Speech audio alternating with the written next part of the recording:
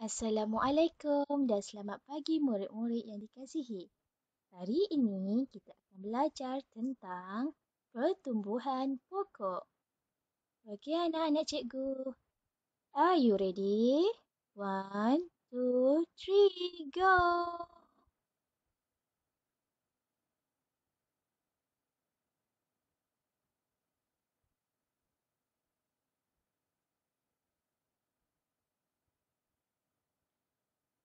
Anak-anak cikgu Siti, cikgu akan terangkan tentang keperluan tumbuh-tumbuhan untuk hidup. Apa yang tumbuh-tumbuhan perlukan untuk hidup dan membesar?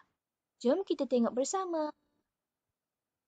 Yang pertama, tumbuh-tumbuhan memerlukan cahaya matahari. Okey, cahaya matahari boleh membuatkan tumbuh-tumbuhan ini membesar dan memproses makanannya sendiri. Okey, keperluan tumbuh-tumbuhan yang kedua adalah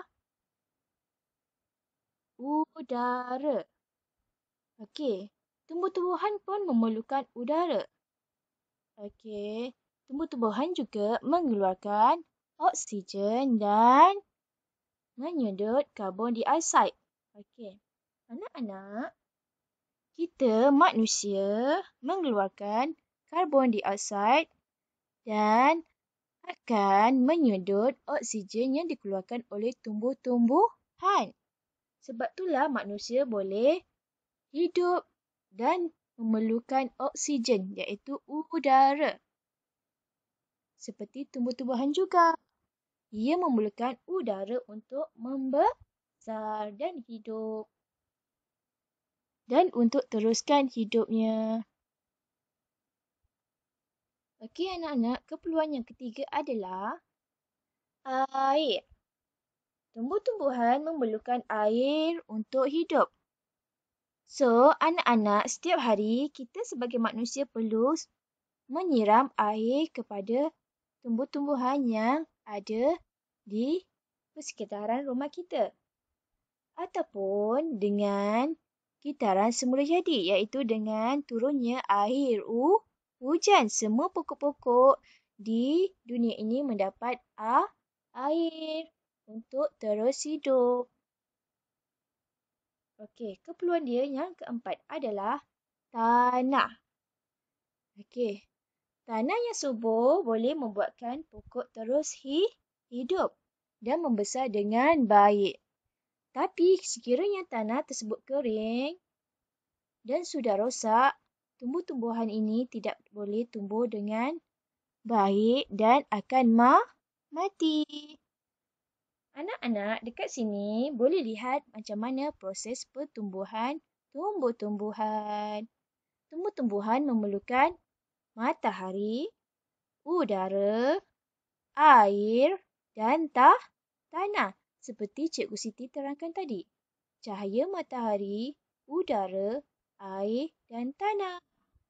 Barulah tumbuh-tumbuhan boleh membesar dan menjadi sayur yang sihat. Seperti sayur sawi ini. Okey anak-anak, seterusnya jom kita lihat.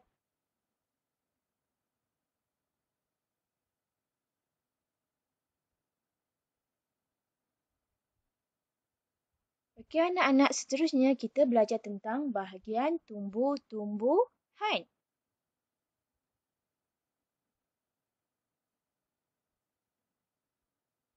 Jom belajar bersama. Okey, ini adalah bahagian tumbuh-tumbuhan. Ini adalah pokok sayur lada benggala. Ingat tak semalam kita buat anyaman lada benggala? Okey, hari ini kita akan belajar bahagian tumbuhan pokok lada benggala. Okey, anak-anak. Yang bawah ini adalah akar. Akar pokok lada benggala. Ikut Cikgu Siti sebut bersama. Akar. Akar. Akar. Pandai. Okey, yang kedua ini adalah Yang berwarna hijau ini adalah batang. Batang. Batang.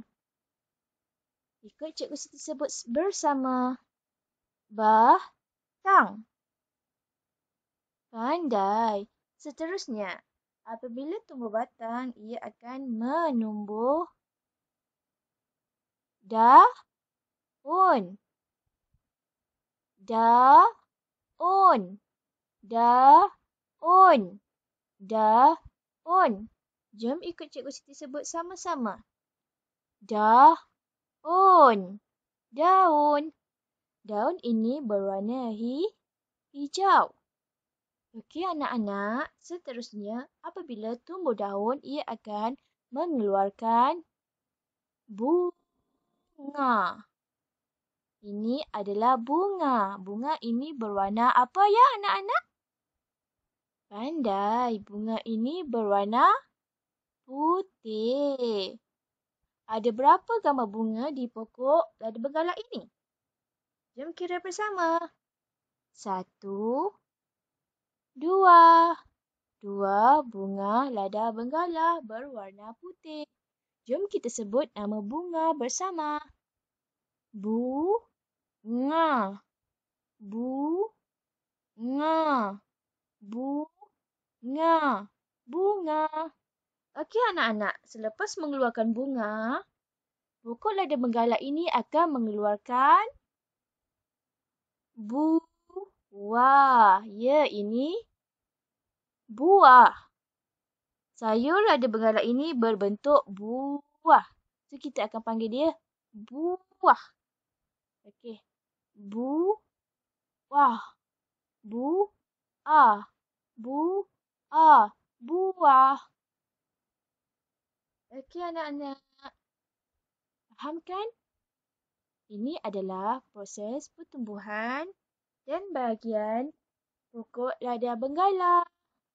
Okey, jom kita tengok yang seterusnya.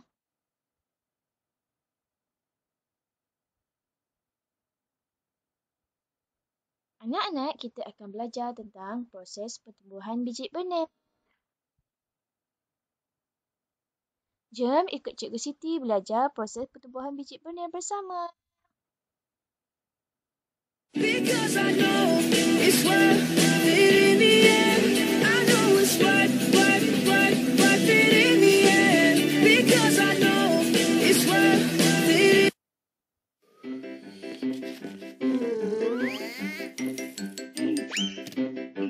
It's time to work. I know. I will get the seed.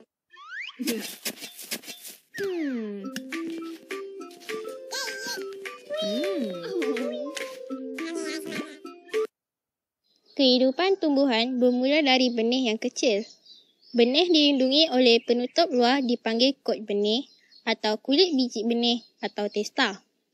Benih mengandungi tumbuhan bayi kecil yang dikenali sebagai embrio. Let's sow the seed. Wait, I have some conditions. Keadaan yang diperlukan untuk pertumbuhan benih, kelembapan, kehangatan, tanah yang kaya dengan nutrien, cahaya matahari dan benih yang berkualiti. Apabila semua syarat ini telah cukup, benih akan mula untuk tumbuh.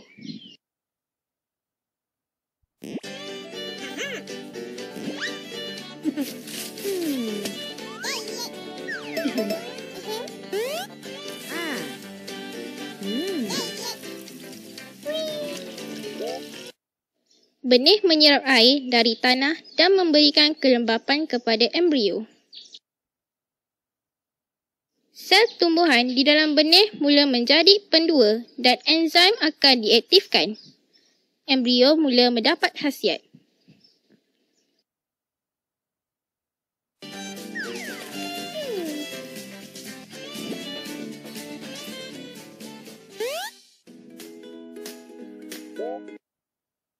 Tanda pertama pertumbuhan ialah akar kecil yang keluar daripada benih.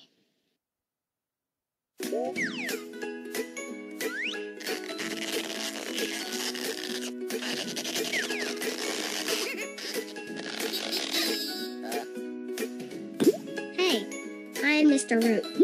Let us study the process of germination. Lebih banyak khasiat, embrio akan membesar.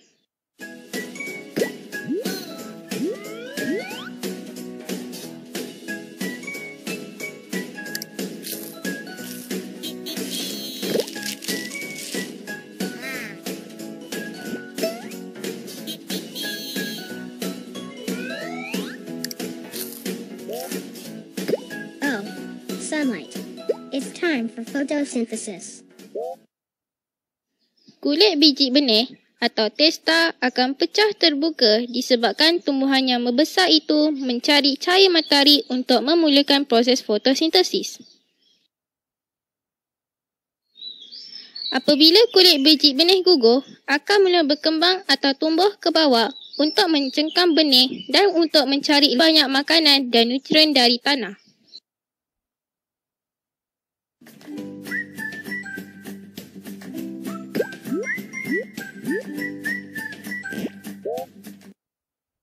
Sementara itu, pucuk juga mula berkembang ke atas, ke arah cahaya. Tidak lama kemudian, kita akan lihat anak pokok bersama daun kecil.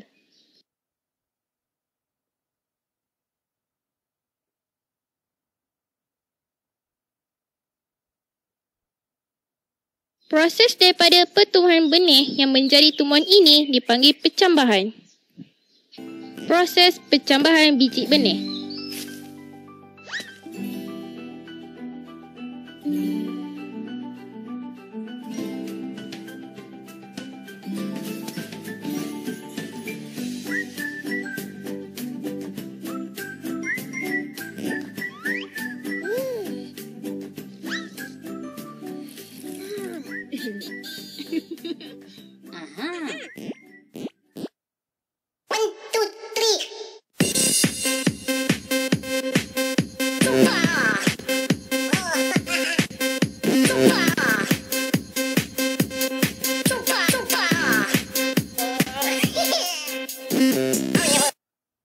Bahagian-bahagian pada biji benih.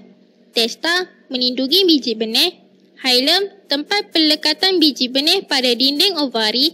Mikropil lubang halus membenarkan air dan udara masuk. Kotiledon membekalkan makanan kepada embrio. Embrio yang terdiri daripada dua. Yang pertama radikal akan berkembang menjadi akar. Yang kedua plumen akan berkembang menjadi pucuk.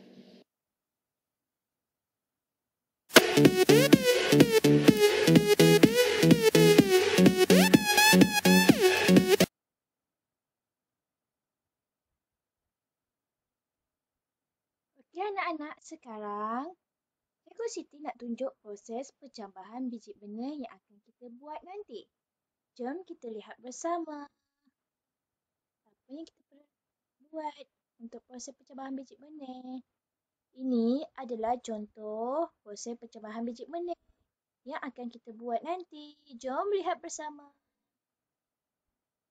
Okey, anak-anak. Bahan-bahan yang diperlukan adalah seperti biji kacang hijau, kapas, air dan bekas cawan yang telah Cikgu Siti sediakan. Anak-anak perlu membuat seperti gambar berikut.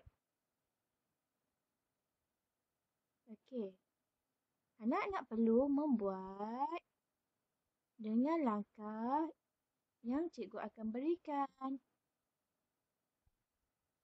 Biji benih ini akan berubah pada setiap hari. Hari pertama, hari kedua, hari ketiga, hari keempat, hari kelima, hari keenam dan hari ketujuh. Ini adalah proses pertumbuhan biji benih. Biji benih kacang hijau. So, daripada kacang hijau, ia akan membesar dan menjadi pokok sayur toge. Anak-anak pernah makan sayur toge tak?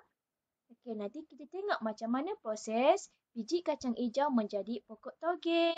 Lepas menjadi pokok toge, sayur toge ini kita boleh masak seperti masak mi goreng, letak sayur toge. Masak mi sup pun letak sayur toge. dan boleh digoreng iaitu tauge goreng. Nanti anak-anak boleh menyuruh ibu dan ayah masakkan sayur toge yang anak-anak sudah tanam.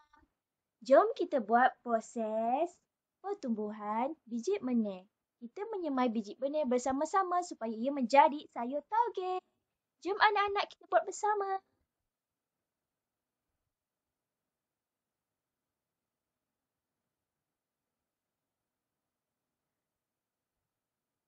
Okey anak-anak, mari kita membuat proses menyemai biji benih kacang hijau bersama-sama menggunakan bahan-bahan yang Cikgu Siti sudah sediakan. Semoga berjaya.